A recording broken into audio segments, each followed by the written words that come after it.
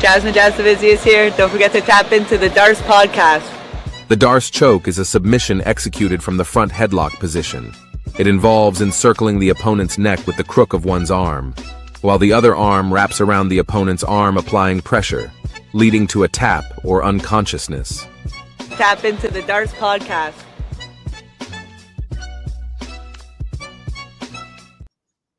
Ladies and gentlemen, we are live, and I'm cracking you with Justin Gaethje, right hands off the break, coming off a great UFC 313 card and another great card for the Darce podcast.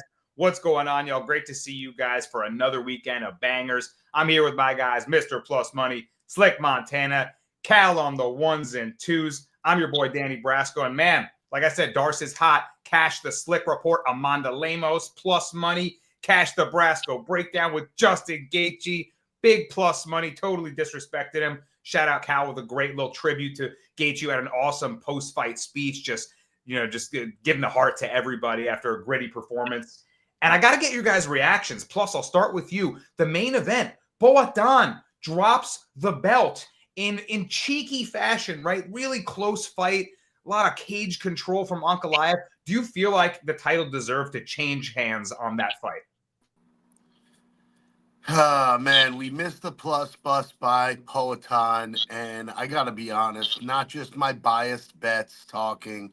If you're going to take the belt, you got to beat the fucking champ and take the belt. And I just didn't feel that happened on Saturday night. Don't get me wrong, if you could say Ankalaev won the fight, but if they would have scored 1, 3, and 5 for Boatan and let him retain his belt, or even called it a majority draw, and he gets to keep his belt, I mean, everyone would have been cool with it, man. The fight was a dud, like you said.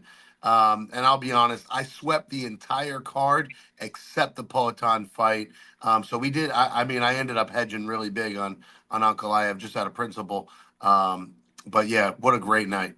Yeah, it was a great night overall, too. Right? I had 5 units on Boatan, lost that, but still made 7 units on the night. So like we swept the board. I saw all you guys were killing all your plays. Slick, I mean, what do you think about that sentiment? Like the fence control. I was impressed with Ankalaev's ability to back Pereira up. Like his boxing, his feinting, his footwork, it was intelligent pressure. He made Pereira look awkward in the boxing. He was forced to just hit him with low kicks. So do you think Pereira deserved to win? I could see the case for Ankalaev just as much. I'm telling you, man, I'm really getting sick and tired of these Dagestanis and Russians, man. They're just here to take over the UFC. Like, who would have thought Ankalaev, out of all people, will make Pereira only land 11 head strikes? Like, I don't even have much to talk about it. Honestly, I had a unit on Pereira, so I was just more mad at the fact that the fight was more of a dud than anything. So, so much hype, so much Ankalaev coming out of it. I believe that crazy fight with Rockets, freaking Pereira coming off that crazy win against Khalil Roundtree. I was just more of the fact of the fan in me than the money than I had. Yeah, I know what you mean. It was a dud of a main event, but luckily the rest of the card delivered. And luckily we got another week of fights. It's not a really exciting one, but by the way, we cashed the Darce parlay as well. I think one of the legs was voided with the Gutierrez fight not being canceled, but holy smokes, that Myron Santos robbery saved us. Hey man, you get some robbed, you get some gifts sometimes. So we were owed every now and then. Holy smokes, he didn't win that fight. Let's get into this week's card. Not a lot of no name fighters on this one, but we got to start off with 3 of them, and we're going straight all aboard to the Mr. Plus Parlay Bus. Mr. Plus Parlay Bus, bet it all in trust. Jabs and hooks, it's all about the rush. Put it down on the underdog, never hush. Odds stack high, feel the thrill, that's a must. And I'll see you when that shit cashes. Let's get back in the win column this week, boys. We're going to take it a little bit more conservative, not going for a 5-1 this week, but we are going to absolutely go for some plus money, and we're going to kick off the bus with Andre Lima, 10-0, nasty Muay Thai. Remember the dude who got bit in the bicep? That guy. 1 win by disqualification. Now, this guy, they rank him in the top 25 on Tapology, But let's be honest, in the next year, year and a half, we could totally see him in the top 15. This is just a dude who's on the come up, and he's got to go through Daniel Barres to do it. And I think he's going to. Don't get me wrong, we haven't seen that much finishing ability from this guy in the UFC yet, but I think he's got the power. He's definitely more athletic. The kid's only 26 years old, and he's really, really climbing up into the best fighter he can be. And I think we're going to get to see that on Saturday. I think he puts on a clinic and wins this fight easy, 30-27. But I do think that it goes the distance at what are these guys, 125 pounds? So this is a very, very tough to finish division when you got two guys like this that are absolute dogs. And let's not sleep on Daniel Barres. The guy's got okay stand-up. I just think at 36 years old and you're this new in the UFC and you're fighting a guy like Andre Lima, this is a setup fight. The line's right. Minus 300. Let's throw it on the bus and cash leg number 1. For leg number 2 of the bus, we're going with a chalky favorite here, but this is going to be an up-and-comer as well. Another guy I think you're going to be hearing his name big time within the next year, 2 years, 3 years. He's on the come-up. I'm talking about Kevin Vallejos. And, man, this guy had a great performance on the Contender Series. He beat the absolute shit out of Cam Teague. And I think with a guy like Sungwoo Choi, whose face is an absolute punching bag. I mean, this guy blocks punches with his face. We saw in the Steve Garcia fight too. Little to no fight IQ. He makes horrible mistakes. He swings like crazy. And when you do that against really good stand-up guys like Kevin Vallejos, you're going to get knocked the fuck out. I think this is inside the distance all day, and this is going to be a highlight reel knockout for Kevin Vallejos. And we definitely said that about Mauricio Rufy, and that ended up being a dope-ass fucking highlight reel. I'm sure one of the guys will bring that up again. To finish off the bus and cash us in, leg number 3, we're going into the main event. I'm going Marvin Vettori to win.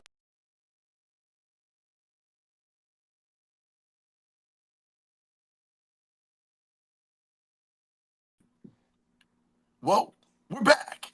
We're going to the main event. We're going to do a full segment for it. So just wanted to throw Marvin Vettori on the bus. Leg number 3, Marvin Vettori.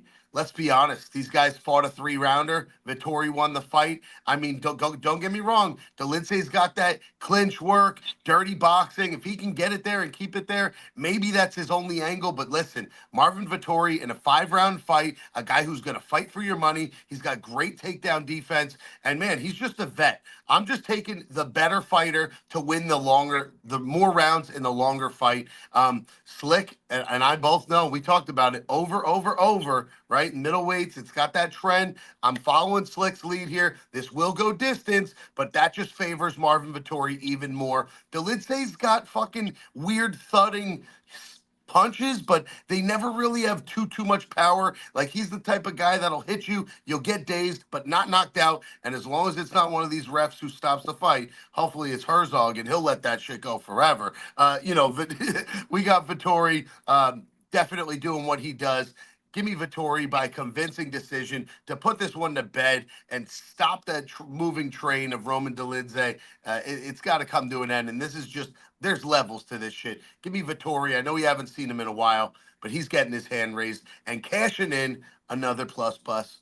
I'll see you guys when that shit cashes.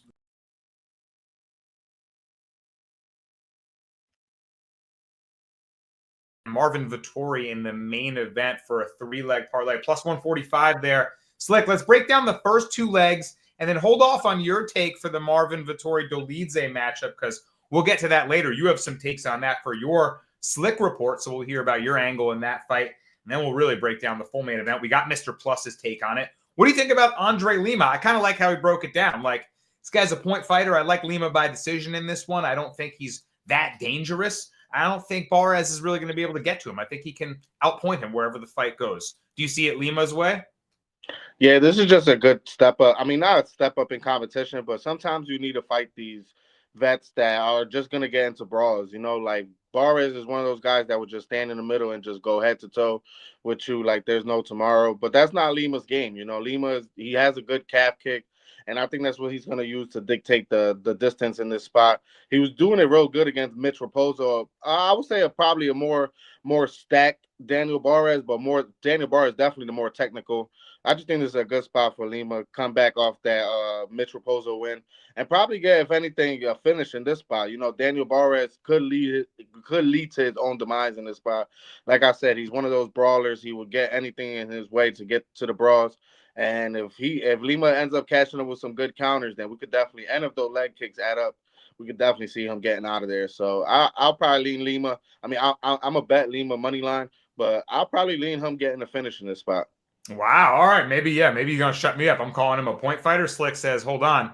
He can get him out of there. We'll look for Lima to put on maybe his best performance yet. So Slick liking Lima, pretty high on him, plus his first leg of the bus. Kevin Vallejos. I was surprised to see him as such a wide favorite, excuse me. But then I started to kind of understand it. I mean, Plus said it. Kid's a fucking fiery young striker, and he's got granite in his fist. He's coming forward, 23 years old. He's got a chin. I think he's going to find damaging shots on Sung Woo Choi, who's 1-3 in his last 4 fights, taking bad damage in some of those knockouts. What do you think about that fight, Slick?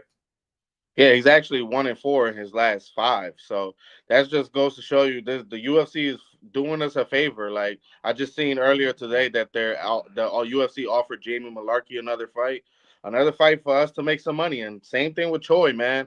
Choi just been a fade marking for me. The only time I actually bet him was when he was in Singapore, and I was hoping and praying that this guy does not get knocked out at any point of the fight. But like Mr. Plus said, man, this guy's chin is just not as good. He's not a wrestler. He's a brawler, but he's a brawler that gets knocked out. You know, like he's not really doing the knocking out unless it's Julian Erosa, and I'm not too high on that win right now. You know, so I'm gonna take Kevin Vallejos and just keep fading Sung Woo Choi and keep making us some money. Yeah, Erosa been dangerous in his own right in past fights, but he's also been able to get cracked. So, you know, you trade wins and losses there by finish or get finished. And that's the type of fighter that Sung Woo Choi is as well. And I think he's going to get finished by the, 23-year-old fiery young up-and-coming 14-1 prospect, who, by the way, his lone loss, Gene Silva. And he went distance with him. I mean, I think that's saying something, right? That's like, looking at Youssef Zalal now, and he went distance with Topuria early in his career. That's kind of the resume builder that you see these young up-and-comers really, really thrive off of later on. All right. I love it. Next up, guys, before we break down the main event further, we'll wait for that because it's my turn. Put your hands together for the Brasco breakdown. Brasco's breakdown. Brasco's breakdown. Here we go.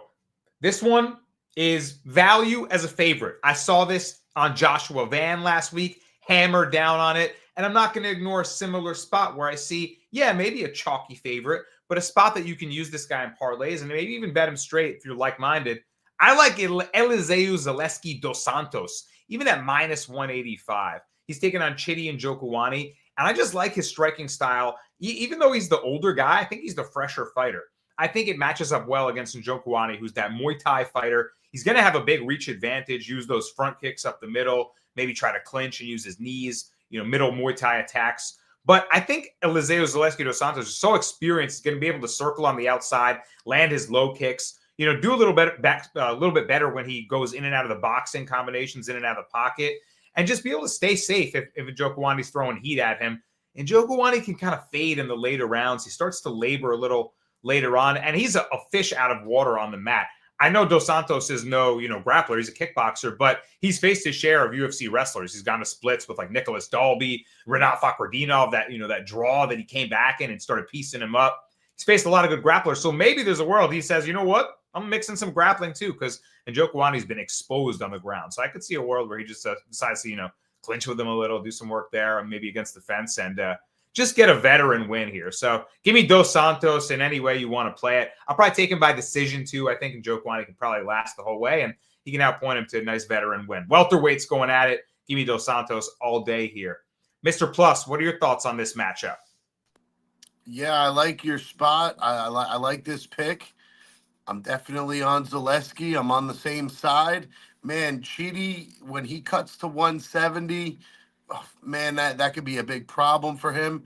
This guy is enormous. I don't know how he cuts all the way to 170. It's incredible.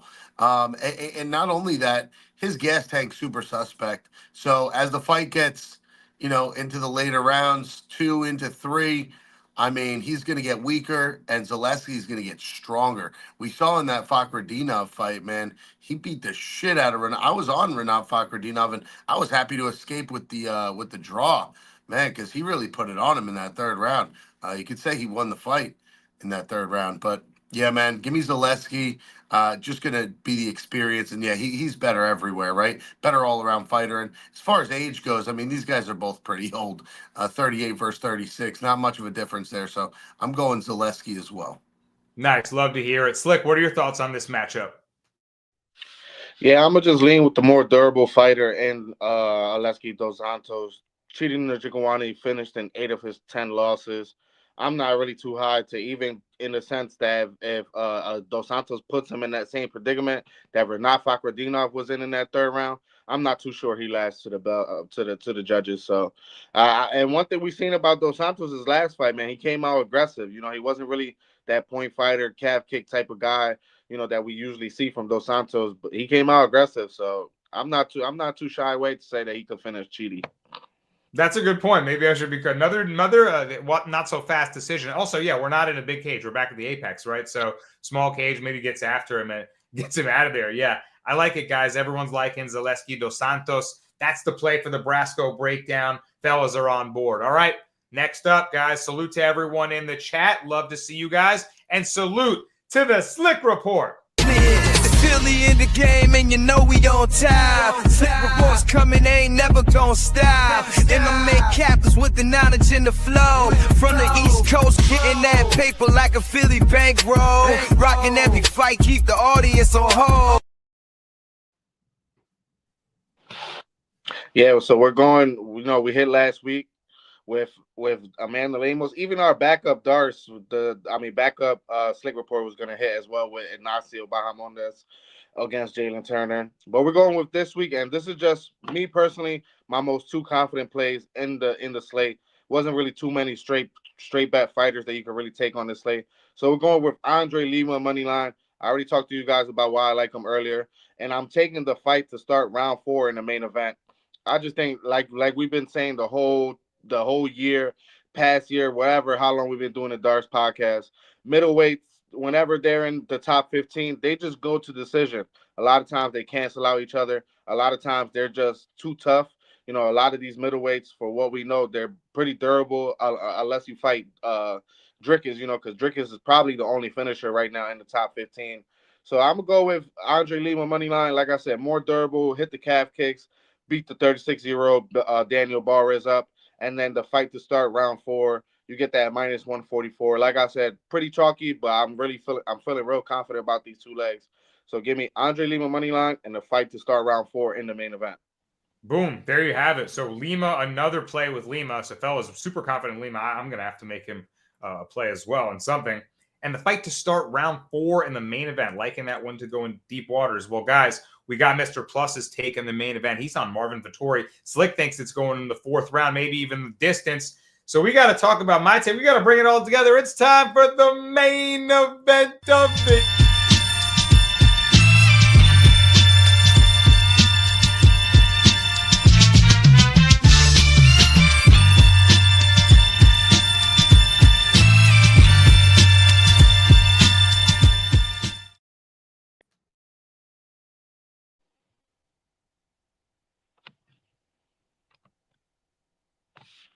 You're muted, Brasco. Whoa. Oh my God, I couldn't believe it. The curse of the mute. Well, Plus Bus contains Marvin the Italian Dream Vettori. Slick likes the fight going deep. That's in his play on the Slick Report. And I'll give you my take. Honestly, man, I hate to say it, but I lean Vettori. I lean Dolidze plus 140 at that price just because I feel like he won that first fight. And I had Vettori. I was sweating. I had Vettori by decision, so I feel good about cashing that ticket. But he beat him with leg kicks. He beat him with a kind of tiki-taka win. He eked it out. Dolidze maybe is getting better at Extreme Couture, he's kind of like I hate betting this fight. These guys are both dodo birds, but Vettori got his head boxed in for 5 straight rounds against Cannonier in the last fight. It was bad. He's been taking bad damage against Whitaker. Beat him up. Costa hit him with a ton of shots in that win, that 5-rounder. He's taking a lot of damage. He's been away for like 18 months now, so he's coming back. You know, maybe he's fine. He's, 31 years old, but holy smokes, he's been getting his head battered in. So Dolidze, though, if this fight gets in the 4th, 5th rounds, oh my God, his cardio might look horrible. So I just really don't even want to be a part of this fight. I do agree that it goes maybe the whole way. I lean Dolidze. Slick, what do you think about the side in this fight? Yeah, I mean, for me personally, you know, even being away from the cage for a while, I have to lean Vettori in this spot. Like you said, the 4th and 5th round is definitely going to come apart in this spot. These two guys, not the biggest of finishers. Dolidze actually has been, you know, a big finisher early in his career, you know, coming into the UFC, finishing guys like Jack Hermanson, you know, but a lot of times he goes to decision. And I just think the thing about Dolidze is that he beats people that makes fights boring, you know, like somebody that's not going to push the pace on him, somebody that's not going to dictate something.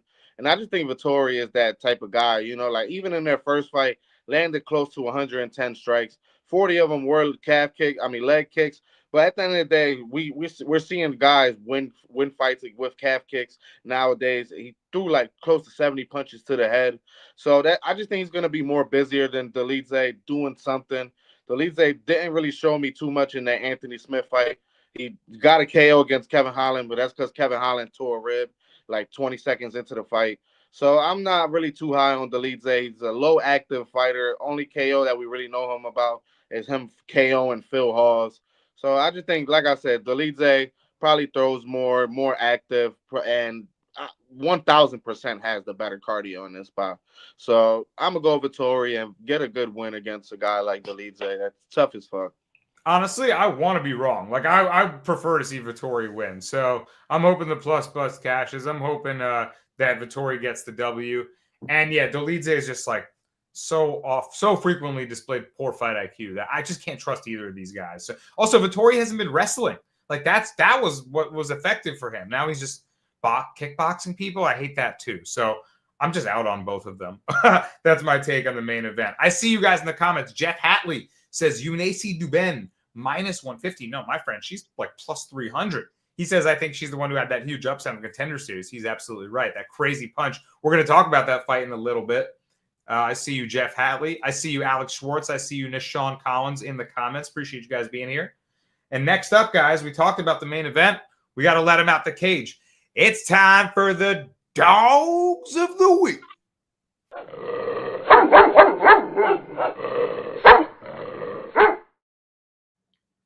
All right. We had some awesome underdogs on this card. Some crazy wide lines on some favorites that are just straight up egregious. So, Mr. Plus, I'm going to let you kick it off because Jeff Hatley was just talking about this one. We just mentioned it. And you got another great one that I was really liking as well. Put me on to your 2 dogs of the week. Yeah, I got 2 dogs of the week this week, and they are great plus money. Let's start off with the one everyone's talking about in the comments. I'm taking Eunice Dubin over Carly Judas. Eunice Dubin, you might remember her from the Contender Series. She knocked out Shannon Clark. Shannon Clark's like the Kayla Harrison lookalike girl. Ridiculous shape. Just looks incredibly fit, incredibly strong. And man, Eunice Dubin is just like this thick little powerhouse. She's got like, she doesn't look like she's in the greatest shape. She really doesn't, but she's so compact. And when she throws and you see her punches connect, she actually puts people's lights out. She's 6-0 with like 6 KOs, I believe. This girl is the real deal. We're about to see her knock out Carly Judas and take us home. Big plus money here. I think it's a plus 300, if I'm not mistaken. And then second dog, and then I'll let you guys give me your feedback on these. Second dog of the night. Man, very unpopular pick on deck right here. I'm taking AJ Cunningham. Let's go. Dude, Yo, first of all, I don't know who the fuck Soo Young Yu even is. And I'm sure the boys will help me out with this and give me some feedback on him. I really don't know who the fuck he is, but I do know AJ Cunningham is cutting down, not from 155 to 45, down to 135. I think this is where he's meant to be. I think we're going to get to see a different AJ Cunningham who's going to bring power, and he's got some fucking crazy decent stand up. Yeah, he got knocked out by Ludovic Klein, but he had okay moments before he did. Man, and this guy's wins. Who did he fight? That Steven Wynn? Is that one of them? Bro, this guy had moments. I like this guy. I really like. I think he can fucking stand with smaller guys, and I think at 5'10", he's going to be a problem at 135. I'm taking the rangy AJ Cunningham at plus 455. I got to throw a half a unit. I'm probably throwing a full unit at both of these. I'm not going to lie. Fire me up, Mr. Plus. Fire me up. Oh my God. Because I absolutely love AJ Cunningham this weekend. Wow. Plus 455. Obviously, I'm going to tell you why he's a huge underdog. His striking defense is horrible. He's one of the most hittable fighters I've ever seen. Oh my God. He just walks into shots. Even against terrible competition on the regional scene that I watched, he was getting hit by a guy that was awful. So he's going to get hit. But he has the chin of 1,000 armies. The commentary team in that win fight was talking about like his past and how he grew up. And they were saying that like his dad injected steroids into him when he was 5 years old and forced him to fight. He made him sleep outside and like fight the dogs. His siblings were fighting him as well. He had like a horrible upbringing. And now he's come up with like his new adopted family. And he's, trying to come back into the world and live his life as, a human being. And they're like basically saying to him, you know what? Use it to your advantage. That's the only way you can move forward. And you see that in his fighting style. He just refuses to fucking quit. This kid's toughness is like Drew Dober, Anthony Hernandez, Nate Landwehr. Like I legit put it on that tier. So for that alone, I think he's worth the unit shot at plus 455. He can maybe break Young Yu, who's a road to UFC guy. He's going to be better all around everywhere, but he kind of wilted a little bit to pressure against a road to UFC guy that was just kind of backing him up and fought him to a close split decision on that tournament, which is much lesser guys. Cunningham fought Klein, like you said. Win, pretty good boxer, who he was hurting too. Like you said, he was busting him up too. He just refused to go away. In fact, it was a standing fucking TKO, and he was still throwing back, getting battered. And the ref was like, bro, I have to stop it for your own good. So, nah, Cunningham. Slick. Nah, not Cunningham over here. I'm not putting a single dollar on Cunningham. Oh my God. When I say somebody is hittable, and I love how you guys only bring up Klein. This guy was getting hit by stuffed animals at the carnival down the block from me right now. Like I said the regional scene. This guy doesn't believe in striking defense, bro. And I can't, bro. I can't. This is like taking Jamie Malarkey now, and then he's going down 2 weight classes. That was his best attribute, was his chin. Now he's going down to 135. Who knows? We've seen a tough ass Dan Hooker get knocked out in the first round going down 1 weight class to featherweight. His strong suit is his chin. I can't believe if his chin is going to be good. Sungwoo Yu will not get none of my money on this fight because he is just as atrocious as AJ Cunningham. At the day, maybe dog or pass, but best believe I will not. If I put my money on AJ and it loses, I'll probably go in my corner, like the corner of my house, and contemplate life. Should I really keep on gambling after this? Like, bro, we're done, bro. Bro, we up units, man. Come on, throw one of them at AJ for 4.5 for 1 back. Man, I said it too. He's striking defense is horrible, but he might chin equals cardio, and maybe he drowns in Mr. Plus. Break if Cunningham wins, I'm gonna be rubbing this one in for a while. Hell yeah! Like Bane said, I wonder what will break first, your spirit or your body. AJ Cunningham coming to break him. Let's go. All right. That's outrageous. What about Dubin? What do you think about Dubin? I mean, I just really haven't really seen too much tape on Dubin. All we got is on tape for is her knocking out a girl with as worse hands as me. I'm not too high on her either. Carly Judas is just as worse striking defense as AJ Cunningham, but she's tough as fuck. Maybe she gets punched enough that Dubin gets tired and she takes over in the second and third round. I don't know about these big favorites this card, man. Like I really don't. Maybe take Judas round 2 or 3 for me. Yeah, it's kind of weird. Right? Judas is a good pressure striker, and she's also very hittable, fighting into split decisions. She took on like power punchers. Gabrielle Fernandez was it? So she was able to hold up against her. But Dubin, plus that, she got them just thick arms that just winging in and finding angles. She might get pieced too. So this could be a weirdly close fight. Yeah, weirdly wide favorites too. All right, those are the dogs. Oh no, Slick, you got a dog of the week that I also really like as well. What's yours?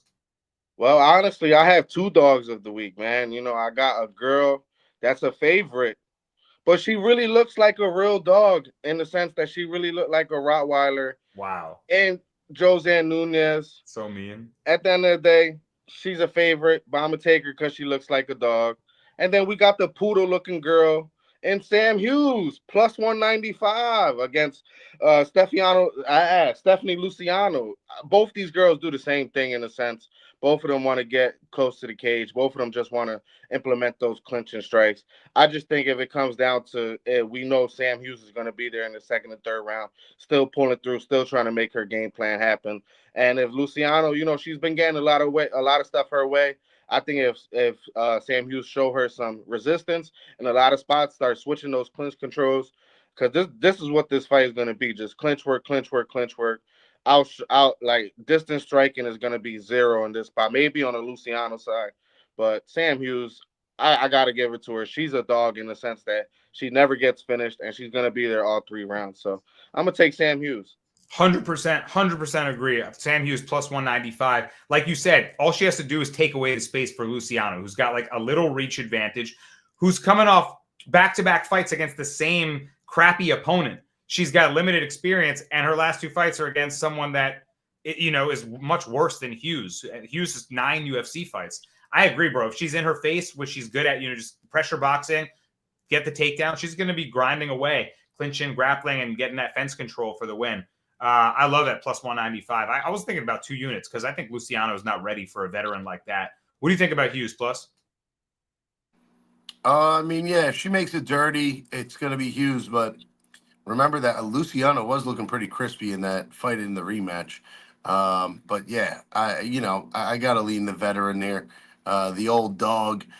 Did you say that the Nunez was a dog? I thought that Priscilla Cachoeira is the dog in that one. Or you just mean because she looks like a dog? So he just straight dogged her, wow. basically. Holy She shit. looked like the Rottweiler that showed that whenever we mentioned dogs of the week.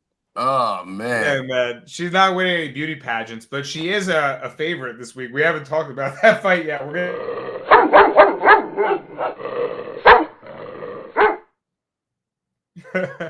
We haven't talked about that fight yet. Yeah, we're gonna get to that one soon on the honorable mentions at the end of the show. But guys, make sure you stick around. If you're still with us, hit the like button. Appreciate you being with us because we're gonna lace them up soon. Come to us together. Yeah, right. It's time for that. Yeah. I'm almost losing my way. All right, boys, lace them up. Darce Parlay. Let's go.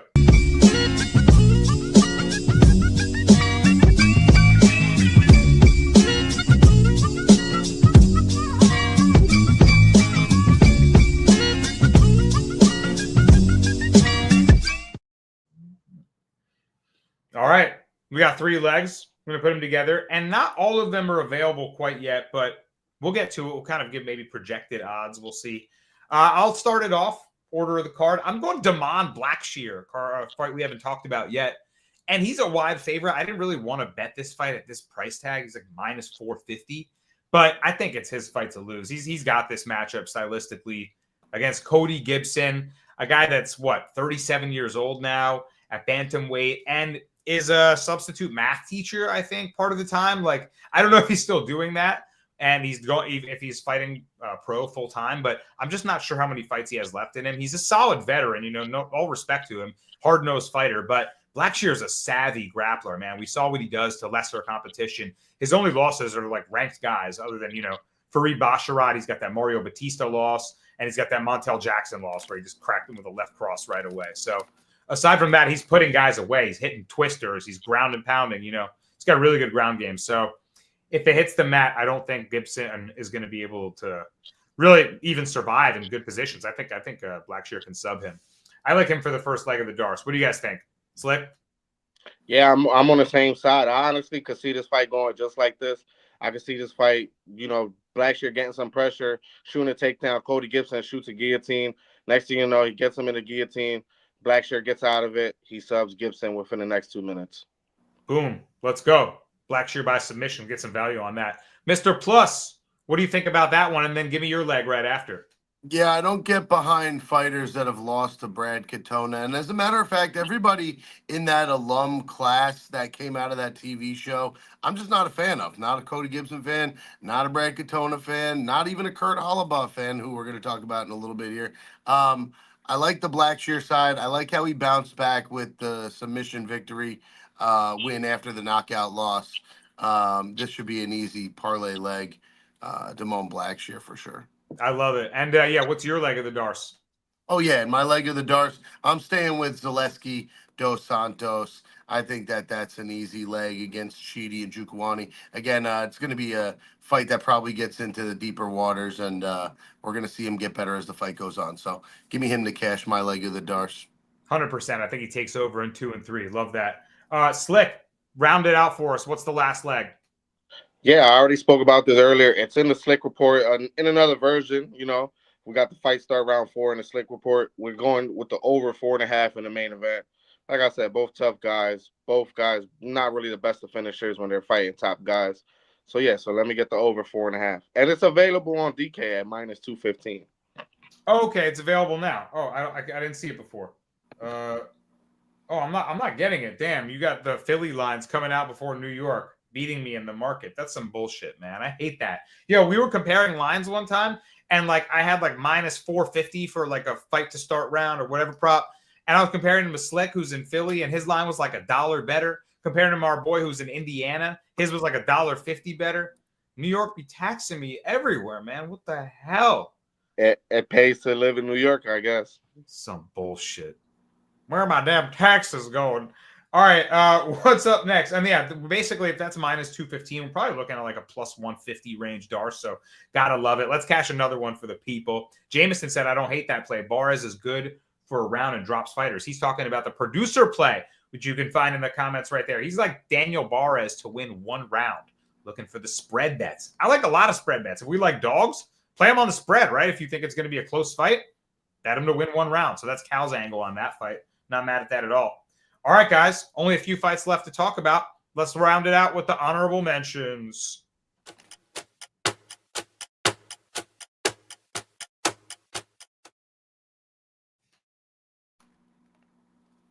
You're muted. Oh, almost muted again. I saw it. First up, underdog that I'm actually interested in, Kurt Hollabaugh taking on Alexander Hernandez. And at +170, I kind of like the hard-nosed Hollabaugh to make it a nasty fight and challenge Hernandez in rounds 2 and 3, where he kind of starts to fade. We know he's a dangerous power puncher early on. We've seen big moments early on in his career, but we've also seen him, take bad damage in some recent fights. He's 4 and 6 since 2020.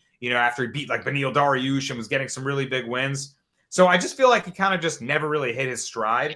And at this point, if he's getting into nasty fights, I think he's going to wilt later on. So Hollabaugh, a guy that, second stint with the UFC, went 0-3 first time around, just faced guys that were too high level for him, just got put away. Came back, won that Ultimate Fighter that Plus was talking about that wasn't too great, but showed a lot of toughness in doing it. And he's 2-1 since coming back. So I think he's improved, and I think he can make it dirty and win this fight. What do you guys think about Kurt Hollabaugh versus Alexander Hernandez? I'll start with you, Plus. I'm going Hernandez. I think this could be a parlay piece, to be honest. Not a big Kurt Hollabaugh fan whatsoever. I guess when the fights get a little ugly, He can take he clinches up, and he's got a weird style, man. Just not a fan. I like the brawler better. Give me Alexander Hernandez, calculated brawler sometimes. But if you look at his losses, I mean, they're a really good competition. Damon Jackson, even the Bill Algeo loss wasn't. It's Bill Algeo. Yeah, I'm still going Alexander Hernandez here. Give me the veteran, and he's 32 years old against a 38-year-old Holloway. Holloway's almost 40. Oh, for sure. The age difference there, but I'm not so sure he's not the fresher fighter necessarily after some damage. But we'll see. Yeah, we're split on the pick there. Fair case for the other side. Slick, what do you think about this one? Yeah, for this spot, I'm definitely going to be on the Hernandez side. But I understand what people say about Alexander Hernandez and what he wilts and stuff like that. But you got to think about it. A lot of those fights, a lot of those times that he had got tired were grappler type oriented. The Damon Jackson, Bill Algeo even landed some grappling in his own right. Billy Quarantillo added some grappling before getting that knockout in the second round. So I'm not too high on Kurt Holloway's striking defense. I think the one thing that we've seen about Hernandez is that he gets tired when he misses punches, and I just don't think he's going to miss a lot of punches against Kurt Holloway, who's as slow as they come. He, like you say, he's one of those guys that a lot of times he eats one that gives one, and his one is damn near, like that's what really took him apart from the Austin Hubbard fight. I just think that this is the fight that not the Austin Hubbard fight, the Kyan Krushki fight, that one fight that he had in the fight before that. And we've seen Alexander Hernandez sometimes thrive in those back and forth brawls. We've seen him against Jim Miller, only getting close to submitted in the third round, like the last minute. And even in that Austin Hubbard fight, his last fight, he was bleeding. Like I say, he worked through a lot of adversity. So I think this is a fight that he could work through it again, land some big shots on Holloway, and get the decision win. All right, so the fellas liking Hernandez. I'm maybe just enamored with the underdogs on this card. Give me Holloway. Another weird fight with an underdog in it, guys. It's Ryan Superman Spann plus 140 taking on Waldo. Where's Waldo? Cortez Acosta minus 165 right now. Plus, what do you make of these odds? Spann is so hard to trust, but does he deserve to be a dog? Moving up to heavyweight to take on Cortez Acosta. What are your thoughts on this weird one? Moving up to heavyweight, man, I'm excited to see how this looks. I hate Waldo Acosta, man. The guy is the way he did the lay and pray. I get it on Robella's Despain. He wouldn't have standed with him at all. Man, he just laid on top of him for 3 rounds. That shit was so whack. I can't bet on guys like that. At least Spann's fights are exciting, man. Guy is 100% kill or be killed. And with against a guy like Waldo Acosta, I don't think you got to worry about him killing you. I'm going Ryan Spann, man. I think he's going to be aggressive. I think he can snatch him up, grab the neck, get that guillotine, or maybe we just get to see a Superman punch. But don't get it twisted. Ryan Spann's moving up to heavyweight. This dude is fucking massive. He's a huge 205er at 6'5". Now I think he's in the right weight class. Is he going to come in at 230, 225, or is he going to be 260? Who knows? But I think he's definitely going to be the better fighter out of the two in there. So we'll see. Yeah, maybe it's his weight class, right? Maybe it's going to be his best look yet. Who knows? So I'm willing to kind of take a shot on that. I mean, I've lost my fair share of Spann bets in horrible fashion, like the Anthony Smith robbery, just terrible fights. But also ones where he's just kind of giving it away too, like fights that he could have easily won and let be too close or let slip away. But you guys agree in the comments, because Jameson says Spann round 1 is always worth a sprinkle, I think. Cal on the 1s and 2s agrees Spann 1 and 2 worth a shot. And Jeff Hatley saying, I feel like Spann has the quickness in this spot. I like it a lot, plus 140. I'm with you guys, man. Maybe you can catch him. Maybe, like Plus said, maybe he goes to the grappling slick and laces up a little chokehold or something. Maybe he just shows the experience level is totally different, because Cortez Acosta fighting guys like fucking Jared Vandera. Slick, what do you think about this fight? Yeah, I mean, I like you said, Spann definitely was cutting a lot of weight going down to light heavyweight. And me personally, I just can't bet on either of these guys. Both of them are untrustable. I mean, I can't really say that about Waldo, because at the end of the day, you got to give him his flowers for making a game plan against a guy like Robelas Despain and neutralizing his striking. But it was one of the most boring outcomes that we could ever have. So maybe I lean Waldo. Like I might play this maybe like span round one sub. Because I honestly don't think he's gonna be able to KO Waldo. Waldo is as durable as they come. Never really seen the type of like we see. I've seen him on a regional scene take some big shots, and he just eats them. Span, not really the great combo type of striker. Maybe if he lands that one Hail Mary, but probably bet round one sub for Span, or probably bet rounds 2 or 3 KO. Because if Cortez, at least he has the cardio edge in rounds 2 or 3. I could see Span finishing himself. Like he goes for something, he doesn't get it, and next thing you know, he just thwarts on the ground and just covers himself up. And Waldo gets the one KO that we never thought he got. So I'm gonna just take fight to not go to decision, if anything. Oh my God. I pictured someone shooting a takedown and missing, whiffing out air, and then tombstoning themselves in the ground and knocking himself out. Imagine that. That's like close to like Andre Petroski knocking himself out on Jacob Malkoon's hip bone on the takedown. That was wild. All right, man. There you have it. So there's your take on the Span Acosta fight. That's just one maybe stay away from. We talked about Hughes Luciano, and there's only one more. Yeah, Nunes, Josiane Nunes, taking on Priscilla Cachoeira. Nunes minus 185, Cachoeira plus 155. I like Nunes in this spot. What do you think, Mr. Plus? I'm going dog on this fight, to be honest. And this is one of the dogs. I don't think we got to talk about the Brenson Hiberio fight. Yes, we'll talk about that one next. However, I like the Priscilla side on this one. If you look at her losses, JJ, our girl, Miranda Maverick, Jillian Robertson, they're the fucking studs. You're going to throw her in there with Josie Ann Nunez just because she looks like a dude. She's 5'2". She's going to, I feel like that little chick dog looking thing's going to get her ass beat. I don't know. Maybe I'm fucking crazy. I'm taking plus money. Honestly, Priscilla Cachoeira has been kill or be killed. Nunes has big power too. Both of them have big pop for the bantamweight division. So this could be a bloody one, fellas. Could this be perhaps the banger of the night?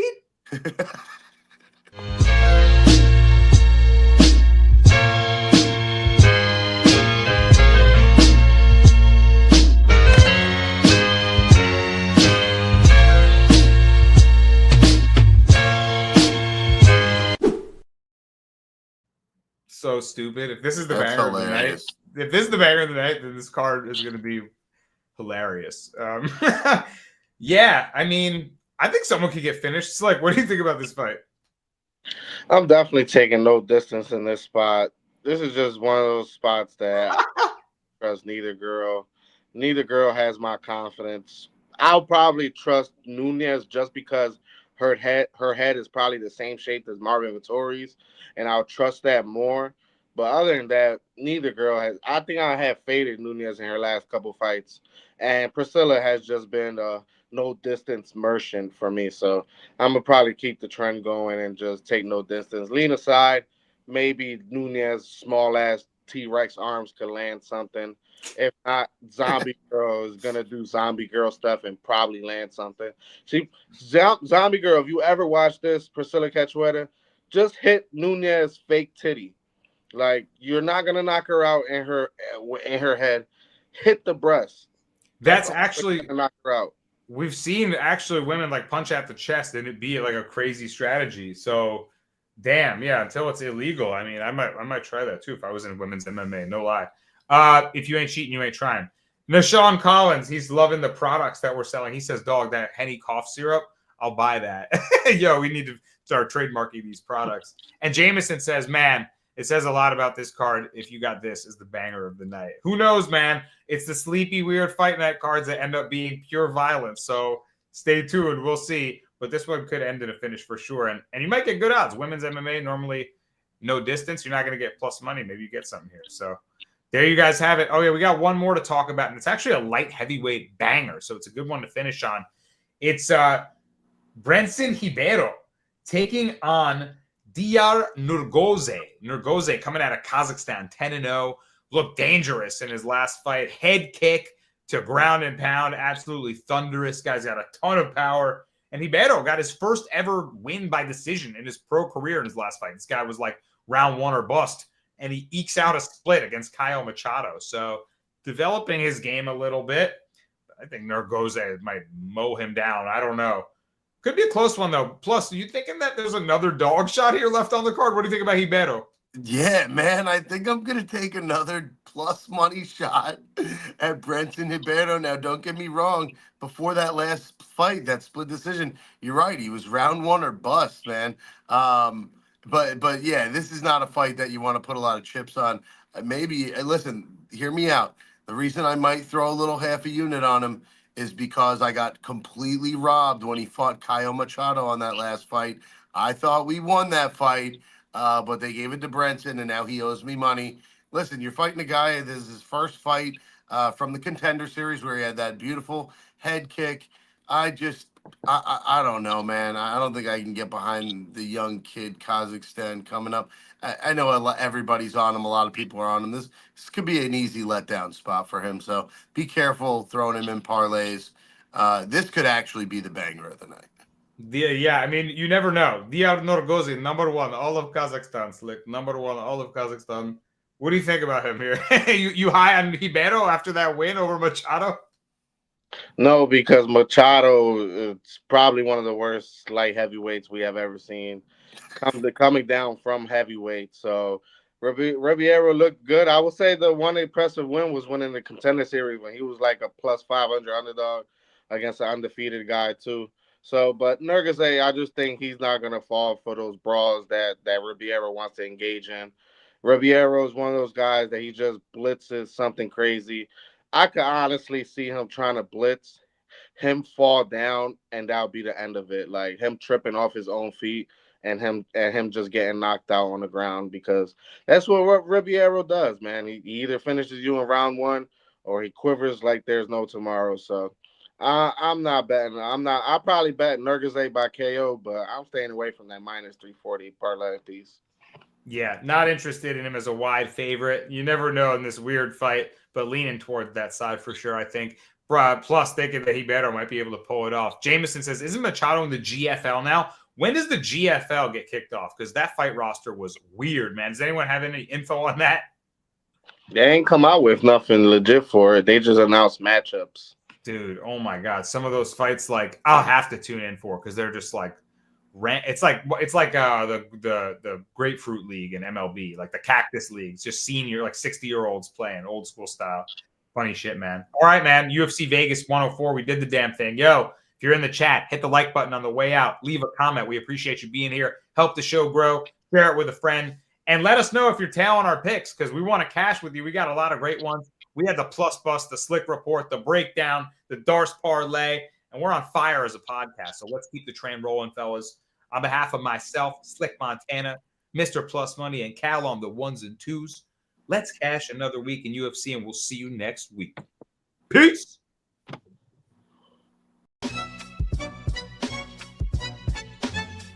Jasmine Jasovizzi is here. Don't forget to tap into the Darce podcast. The Darce choke is a submission executed from the front headlock position. It involves encircling the opponent's neck with the crook of one's arm, while the other arm wraps around the opponent's arm, applying pressure, leading to a tap or unconsciousness. Tap into the Darce podcast.